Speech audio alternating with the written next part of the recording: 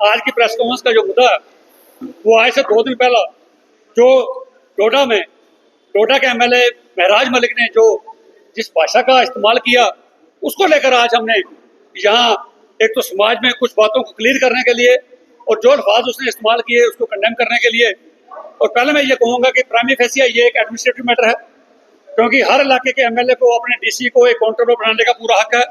वो उससे सवाल जवाब कर सकता है, एडमिनिस्ट्रेशन को पूछ सकता है। तो उसने अब एडमिनिस्ट्रेटिव लेवल पे क्या कमियां थी, क्या खामियां थी, वो एडमिनिस्ट्रेशन उसका जवाब देगी।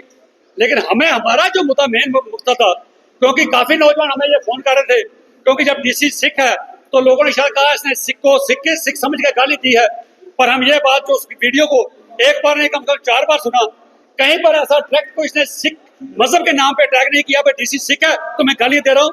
मैं समझता शायद अगर इसकी जगह क्या मुस्लिम अगर डीसी होता इससे भी ज्यादा वो गालियां और देता, क्योंकि उसकी जुबान इस किस्म की हो चुकी है कि वो किसी को स्पेयर नहीं करता, क्योंकि उसकी अब बाकी उसको। इसीलिए हमारा उससे ये कहना है कि हमारे कुछ लोगों ने भी उसकी जो लफ्ज बोले हैं, ठीक है तुझे डीसी से है, तू डीसी के खिलाफ बोल, क्योंकि संविधान हमें इजाजत देता है, आर्टिकल 19(1) हमें इजाजत फ्रीडम ऑफ स्पीच की देता है। और तू एक सियासतदान है, लोगों ने तुझे जिता के भेजा है, तू लोगों की बात को रखने के लिए कहीं भी जाके प्रोटेस्ट कर सकता है। तू डीसी ऑफिस जाके 500 बंदा लेकर 5000 बंदा लेकर प्रोटेस्ट कर सकता है, धरने दे सकता है, तू जिंदाबाद मुर्दाबाद नारे लगा सकता, तू जो करना चाहे कर सकता है। लेकिन हमें जो ऑब्जेक्शन आम लोगों को हुआ, सिर्फ सिखों को नहीं, जो हमारे मुस्लिम भाइयों ने जो उस चीज को कंडेम किया, हमारे हिंदू भाइयों ने कंडेम किया, भाई जो तेरी भाषा आम मर्यादित थी, अनपार्लियामेंट्री थी, तुमने डीसी को ही नहीं, तुमने डीसी की माँ को, तुमने डीसी के बाप को, डीसी की धर्मपत्नी को, पूरे परिवार को तुमने इन्वॉल्व कर दिया। मैं महराज मलिक तुमसे भी एक सवाल ये करता हूँ, क्योंकि तू ठीक है अच्छी बात करता है, लॉजिक में बात करता रहा पहले आज तक जो सुनता हूँ, तुमने ये कहा कि अगर मैं इस तरह बनना चाहता शायद मैं भी आईएएस अफसर बन जाता। मुबारक अगर तू आईएएस अफसर बनता। क्या अगर तू इस जगह पे बैठा होता, कोई और दूसरा महराज मलिक बन गया था, तेरे बाप को इस तरह घसीटता, तेरी माँ को, तेरी फैमिली मेंबर को घसीटता, तो तेरे पे क्या बीतती। इसलिए हमारा यह मकसद कहने का है, तुझे ये अनपार्लियामेंट्री लैंग्वेज यूज करने से पहले 10 बार सोचा कर। हम भी बड़े जज्बाती हैं, मैं भी एज एन एक्टिविस्ट बड़ा जज्बाती हूँ।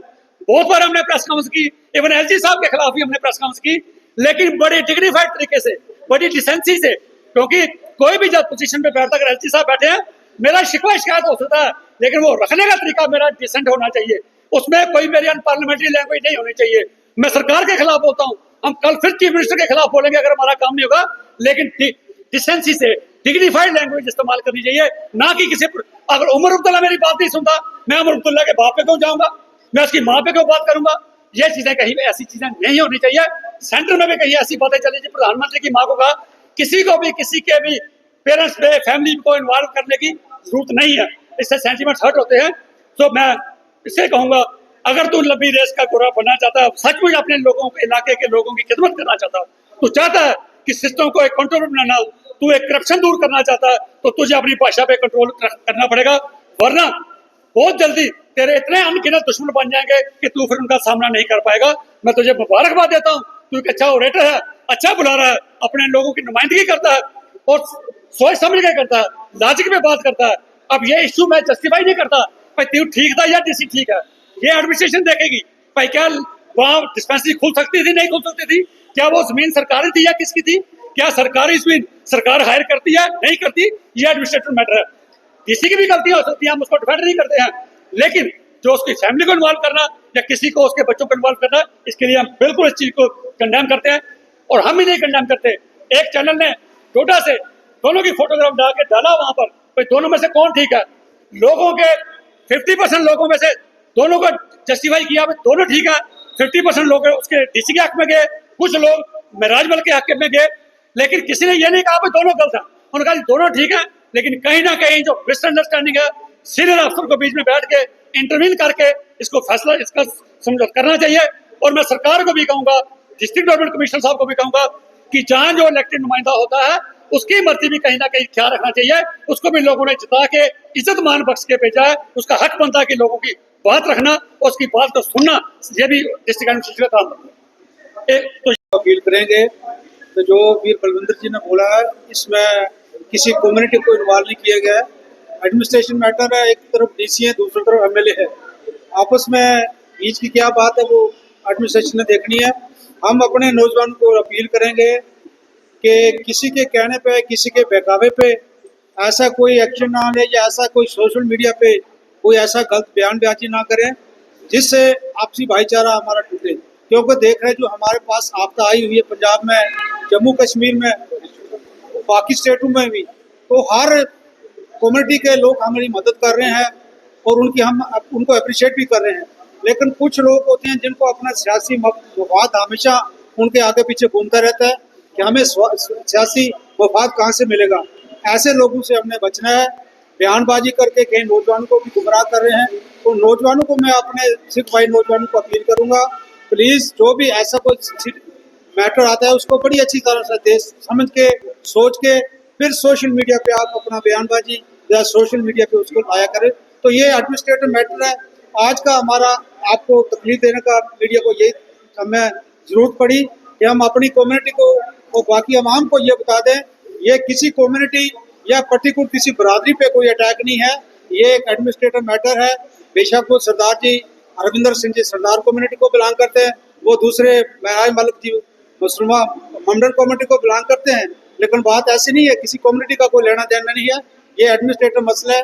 एक जो ऑफिसर सीट पे बैठा है उसे भी कई कमियां हो सकती हैं, जो जीत के आए हैं उनको भी होता है कि जो हम जीत के आए हैं आवाम की बात उन्होंने भी रखनी होती है।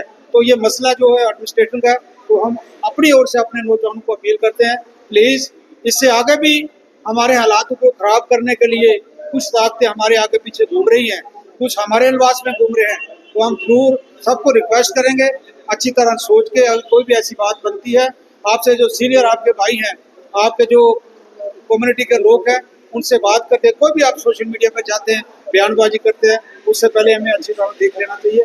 तो आज सिर्फ हम महराज मलिक को ये कहना चाहते हैं, आपकी जबान की वजह से सबको इकट्ठे होना पड़ा कि आपने जो जिस अल्फाज से डीसी के फैमिली को इन्वॉल्व किया है वो सबको दुख हुआ है, सबको फील हुआ है कि आपने पर्टिकुलर आप उनसे बात करते, उनके लिए कुछ बोलते, एडमिनिस्ट्रेटिव ऑफिसर के डीसी के लिए कुछ बोलते, वो अलग बात थी। जो उसकी फैमिली को आपने जब इन्वॉल्व किया वो सब फील कर रहे हैं। तो हम एक शहरी होने के नाते सभी को अपील करेंगे, अपने भाईचारा जो देख रहे हैं, जो हमारे भाईचारे में हर किस्म के लोग हैं, अच्छे भी हैं दूसरे भी हैं, उनसे बच के रहो। जो अच्छे हैं उनका साथ दो, अच्छे उनके साथ चलने की कोशिश करो। तो मैं आखिर में सब जो हमारे मीडिया भाई आए हैं उनका धन्यवाद करेंगे डिस्ट्रिक्ट कमेटी की ओर से, और हमारे जो हमारी प्रोग्रेसिव फ्रंट है, और हमारी कश्मीर सिख संगत है, नौजवान सभा डिगाना है, सिंबल के हमारे सिंबल से आए हैं, सभी की ओर से आपका धन्यवाद। और एक बात दूं कि अगर अपने समाज की तरक्की चाहते हो, अपनी रियासत की तरक्की चाहते हो, अपने देश की तरक्की चाहते हो, तो हमें कम्युनल हार्मनी बना के रखनी पड़ेगी। कम्युनल टेंशन क्रिएट करके कोई भी समाज तरक्की नहीं कर सकता, कोई रियासत तरक्की नहीं कर सकती, कोई देश तरक्की नहीं कर सकता। हमारे बीच में डिगाना के प्रधान साहब भी हमारे बैठे हैं, हमारे सारी टीम डिगाना की, सिंबल कैंप की, बैंकर्स यूनियन के, और सारे लोग यहाँ आए हैं। समाज के अलग अलग संस्थानें सब आज इकट्ठे हो गई है।